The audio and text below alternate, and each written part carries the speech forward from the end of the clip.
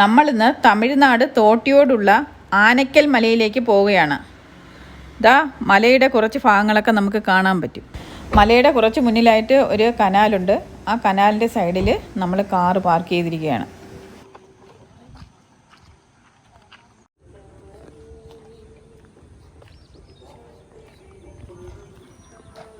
അപ്പം നമ്മൾ തമിഴ്നാട് തോട്ടിയോട് എത്തി. ഇനി ആനയ്ക്കൽ മലയിലേക്ക് കുറച്ച് നടക്കാനുണ്ട്. നമുക്ക് അങ്ങോട്ട് പോകാം. ഏകദേശം തിരുവനന്തപുരത്ത് നിന്ന് 70 കിലോമീറ്ററോളം ദൂരം വരും.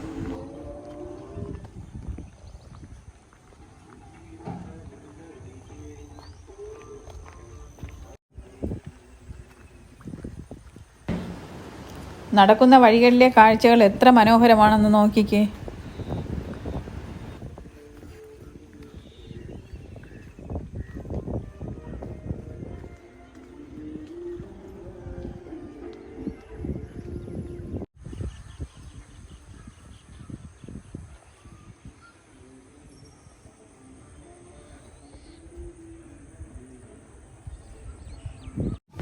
ഒരു സൈഡിൽ പാടവും മറ്റേ സൈഡിൽ മലയും കനാലും.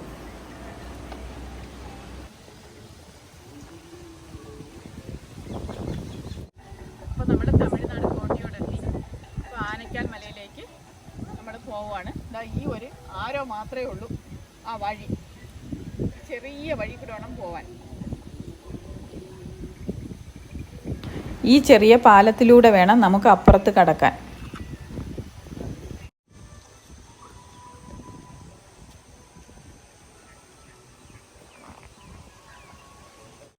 ഈ കാണുന്ന മലയുടെ തൊട്ടപ്പുറത്തുള്ള മലയിലാണ് നമ്മൾ കയറാൻ പോകുന്നത്.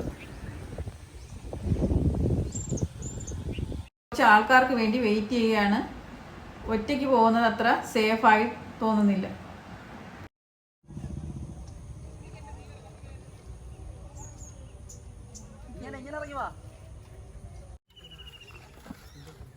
ഇവിടെ അത്ര സേഫ് അല്ലാത്തതുകൊണ്ട് ഒത്തിരി ആൾക്കാരുമായിട്ടാണ് നമ്മൾ പോകുന്നത്. നമ്മുടെ സുഹൃത്തായ സാമിയും മറ്റുമൊക്കെ വന്നിട്ടുണ്ട്. സ്റ്റാർട്ടിംഗ് ഒക്കെ ചെറിയ ഗ്രാമപ്രദേശമാണ്, പിന്നെ അങ്ങോട്ട് പോകും തോറും വനമാണ്.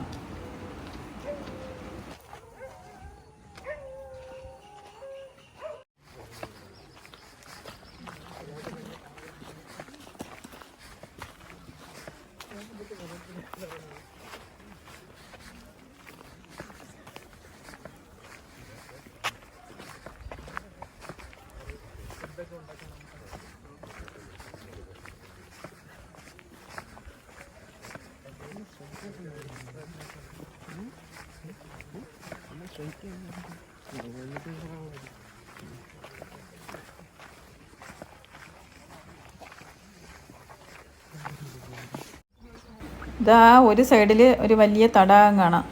നല്ല രസമുണ്ട് കാണാൻ തന്നെ.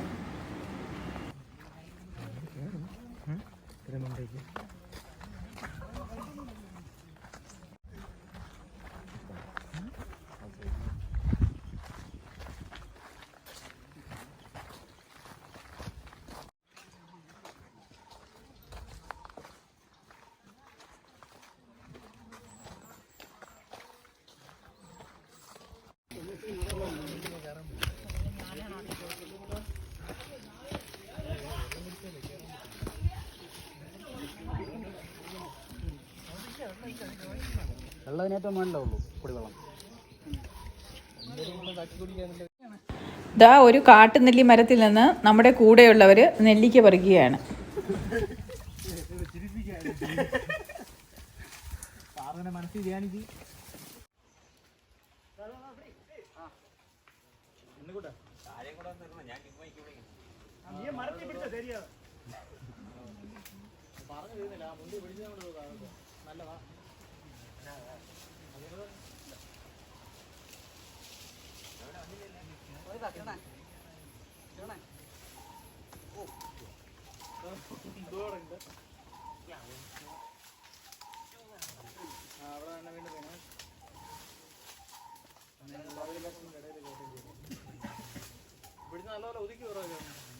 ദാ ഇതാണ് നമ്മുടെ വഴികാട്ടിയായ അനിൽ സ്വാമി.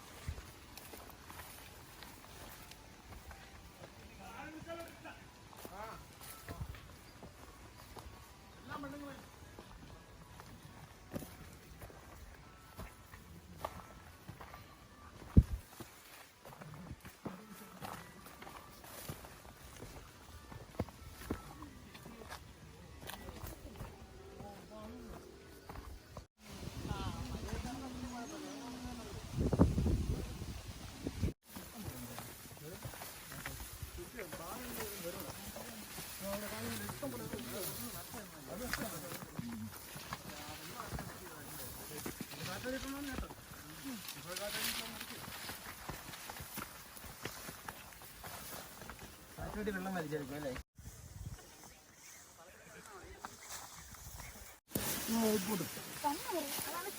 കണ്ണ് പോയി വാങ്ങോ അതാര്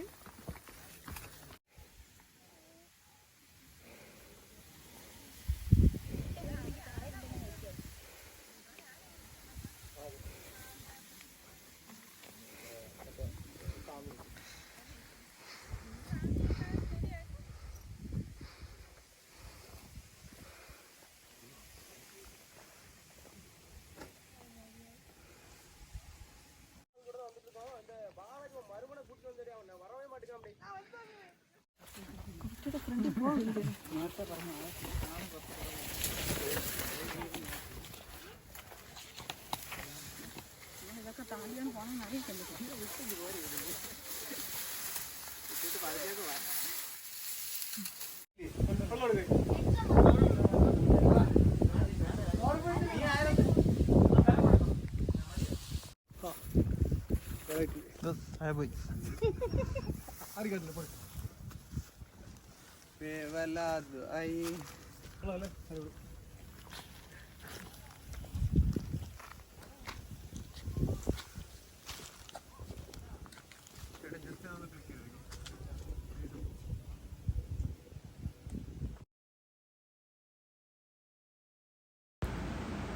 ഇതാണ് ആനക്കൽ മലയിലെ ശാസ്താവിൻ്റെ കോവിൽ. ഇത് ഗുഹയ്ക്കുള്ളിലാണ് സ്ഥിതി ചെയ്യുന്നത്. ഇതിനുള്ളിലെ ശാസ്താവിൻ്റെ ശിരസിൽ തുള്ളി തുള്ളിയായി വെള്ളം വീഴുന്നുണ്ടത്രേ. നമുക്കതൊന്ന് നോക്കാം.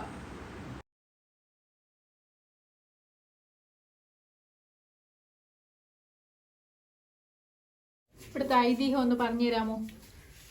இது கோவில் எத்தனை காலத்துக்கு முன்னாடி ஆரம்பிச்சுன்னு தெரியாது. இது சாஸ்தா வழிபாட்டோட ஒரு முக்கியமான கட்டமா இருந்தது. இந்த இடத்துல சாஸ்தா பரவுறதுக்கு இவர் ஒரு முக்கிய காலகட்டமா வச்சிருந்தாங்க. பல சித்தர்களுக்கு ஆரம்பத்துல அது வச்சது. அதுல என்ன விசேஷம்னா இந்த குகைக்குள்ள அவருக்கு நேர தண்ணி விழுந்துட்டு இருக்கும். சிரசில ஒரு சொட்டு அது மழைனாலும் நிறைய விழாது, வெயில்னாலும் குறையாது. മഴയായാലും വെയിലായാലും മഴ പെയ്താലും നിറയെ വിടാതെ തണ്ണി എങ്കിருந்து വരുന്നത് தெரியாது. എവിടുന്ന് വെള്ളം വരുന്നു അറിഞ്ഞൂടാ. അതായത് ഒരു മിനിറ്റില് ഒരു ഡ്രോപ്സ് വെച്ചാണ് അതേ மாதிரி விடலாம். ஒரு மினிட் அந்த டைம் தெரியாது, ஆனா அந்த டிராப்ஸ் விழுந்துட்டே இருக்கும். பாத்துக்கோங்க, டெய்லி இങ്ങനെ வீழும். டெய்லி விடும். அது பல காலத்துல இந்த ஊர் இந்த சுற்று வட்டாரத்துல இந்த சாஸ்தாவோட வழிபாடுக்கு வளர்றதுக்கு முக்கியமான காரணம் இவர்தான். தங்கி இருந்தாங்க, பல ஞானிகள் தங்கி இருப்பாங்க. அதோட வரலாறு சரியா தெரியாது. ஆனா இந்த சுற்று வட்டார மட்டத்துக்கு வழிபாடு செய்வாங்க. அவங்களே நேரடியா பூஜை பண்ணி செய்யலாம். தை 1க்குன்னா இதுக்கு மலைக்கு மேல விளக்கு போடுவாங்க. சரிங்களா? கன்னியாகுமரி மாவட்டத்துல ആനക്കലിന്റെ ഇടം. ആനക്കൽ സുട്ട് சாஸ்தான்னு பேர். എന്നും അമ്പലം തുറക്കും ഇവിടെ? അമ്പലം எப்பவும் திறந்தா இருக்கு, பூட்டிட்டு போகணும். இங்க வர்றவங்க அவங்க பூஜை பண்ணிக்கிட்டு போகணும். வர்றவங்க வந்து தயவுசெய்து இந்த இடத்த பூஜை பண்ணிட்டு சுத்தம் பண்ணிட்டு போகணும். அதே மாதிரி இந்த இடம் வந்து பல பேர் வந்து ஏன்னா நமக்கு தெரியாத காலத்துக்கு முன்னாடி இருந்து எத்தனையோ ஞானிகள் வந்து இருந்த இடமா அவங்களோட அருள் கிடைக்கணும். நம்ம வழிபாடு மட்டும் இல்லை, ஒரு அம்பலத்தை தூய்மையாக வச்சுக்கிறது நம்மளோட கடமை. அது எப்பவும் செய்யணும். எந்த கோயிலாக இருந்தாலும் சரி, அம்பலத்தை தூய்மையாக வச்சுக்கிறது தான் நம்மளோட விஷயம். நன்றி.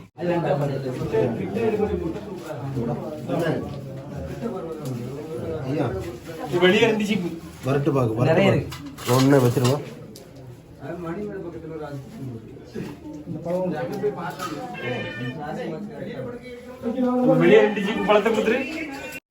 ഈ തുള്ളികളാണ് ശാസ്താവിന്റെ ശിരസിൽ 800 വർഷങ്ങളായിട്ട് വീണുകൊണ്ടിരിക്കുന്നത്.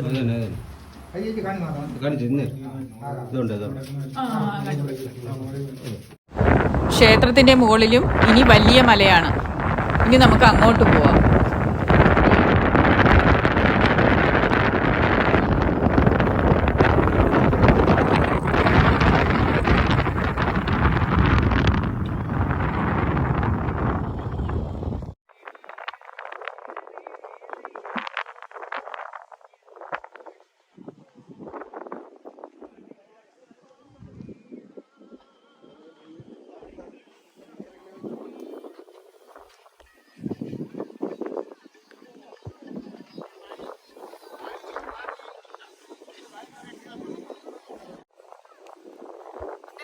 ആനക്കാൽ മലയുടെ മുകളിലെത്തിയിരിക്കുകയാണ്.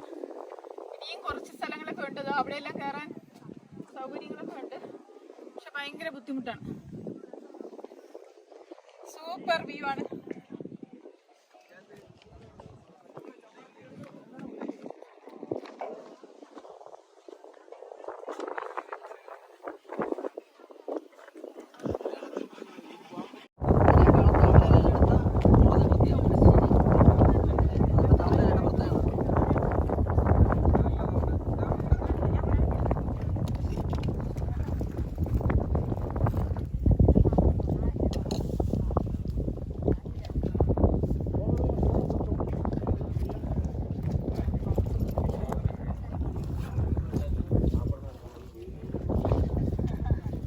മുകളിലെത്തി. ഭയങ്കര ഒരു എക്സ്പീരിയൻസ് ആണ്. ഭയങ്കര ബുദ്ധിമുട്ടാണ് കയറാനൊക്കെ. ഇച്ചിരി പ്രായമായവരൊന്നും വരാത്തതായിരിക്കും നല്ലത്. പയ്യന്മാരൊക്കെ പെട്ടെന്ന് കയറിപ്പോവും. ഞാൻ ഒത്തിരി പാടുപെട്ടാണ് കയറിയത്. എന്തായാലും ഒരു വല്ലാത്ത ഒരു യാത്രയായിരുന്നു. സാഹസികമായ ഒരു യാത്രയാണ്. സാഹസികതയൊക്കെ ഒരുപാട് ഇഷ്ടപ്പെടുന്നവർ വരാൻ പറ്റിയ സ്ഥലമാണ്. പിന്നെ പ്രകൃതിയുടെ പല ഭംഗികളും നമുക്ക് കാണാൻ പറ്റും. ഇതൊക്കെ നമ്മൾ കൊണ്ടുവന്നിട്ടുണ്ട്. താമരയിലൊക്കെ വെച്ച് കഴിക്കുവാണ്. ആനക്കൽ മലയുടെ തൊട്ടടുത്തുള്ള ഈ വളരെ ഹൈറ്റ് കൂടിയ മലയിൽ നമ്മുടെ കൂടെ വന്ന പയ്യന്മാർ സെറ്റ് കയറുകയാണ്. നമ്മളിവിടെ തന്നെ വെയിറ്റ് ചെയ്തിരിക്കുകയാണ്. നമ്മൾ ഇതുവരെ തന്നെ 2000 അടി സമുദ്രനിരപ്പിൽ നിന്നും 2000 അടി ഉയരത്തിൽ കയറിയിരിക്കുകയാണ്. വല്ലാത്ത ക്ഷീണമുണ്ട്. പിന്നെ ഇവിടെ ഫോട്ടോസൊക്കെ എടുക്കാൻ അടിപൊളി സ്ഥലമാണ്. പിന്നെ ധാരാളം കാട്ടുമൃഗങ്ങളൊക്കെ ഉണ്ടെന്നാണ് കേൾവി. പക്ഷെ നമ്മൾ ഇതുവരെ ഒന്നിനെയും കണ്ടില്ല. ഭാഗ്യം.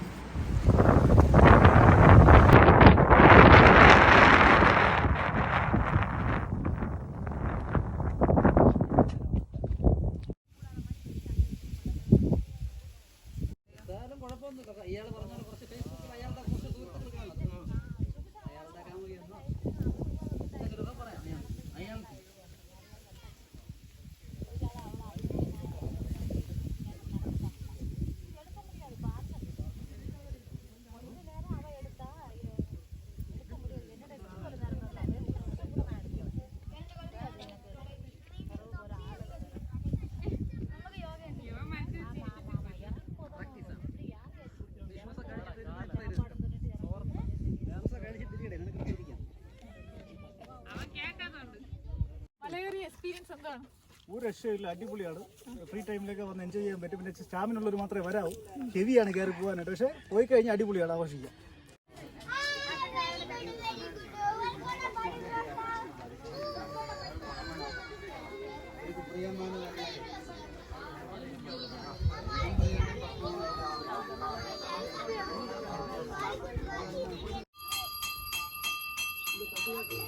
ഹലോ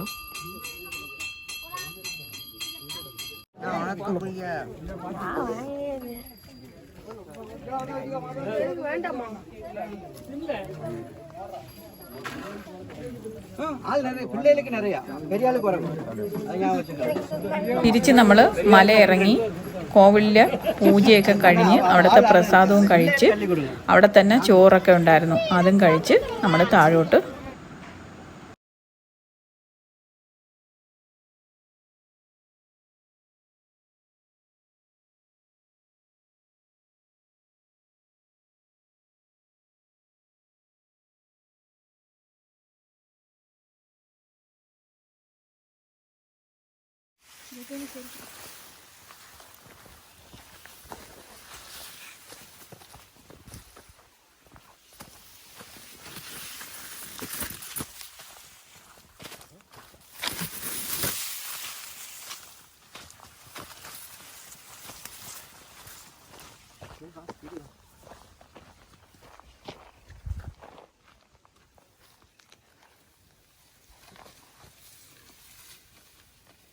വഴി വെച്ചിരിക്കുന്നുണ്ടോ ആരോ?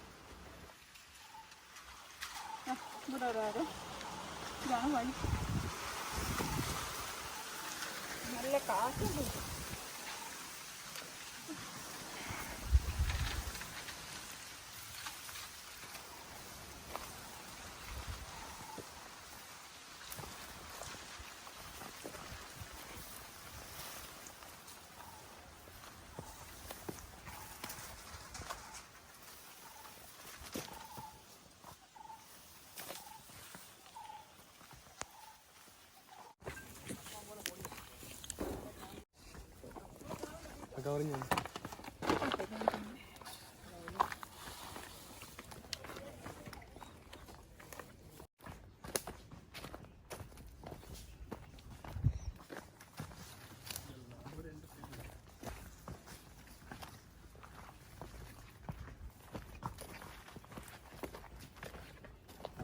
അപ്പം നമ്മൾ മലയൊക്കെ ഇറങ്ങി വന്നിരിക്കുകയാണ്. ഇതാ കൈയൊക്കെ നല്ല മുറിഞ്ഞ്, കൈയും കാലും എല്ലാം മുറിഞ്ഞ്. ഇത് നല്ല അഡ്വഞ്ചറസ് ആയിട്ടുള്ള ഒരു യാത്രയാണ്. അപ്പോൾ എൻ്റെ വീഡിയോസൊക്കെ ഇഷ്ടമായെങ്കിൽ എല്ലാവരും ഷെയർ ചെയ്യുക, ലൈക്ക് ചെയ്യുക, സബ്സ്ക്രൈബ് ചെയ്യുക, കൂടെ ഒരു നോട്ടിഫിക്കേഷൻ ഐക്കൺ പ്രസ് ചെയ്യുക. പിന്നെ നമ്മുടെ ഈ സ്വാമിയാണ് നമ്മളെ ഈ കൊണ്ടുവന്നതല്ല. സ്വാമിയുടെ പേര് സ്വാമിയുടെ സുഹൃത്തുക്കളാണ് ഈ പറഞ്ഞതല്ല. ഇവിടെ വരുമ്പോൾ ഒരുമിച്ച് ഒരു ഗ്യാങ് ആയിട്ടേ വരാൻ പറ്റത്തുള്ളൂ, അല്ലെങ്കിൽ ഇത്തിരി റിസ്ക് ആണ്.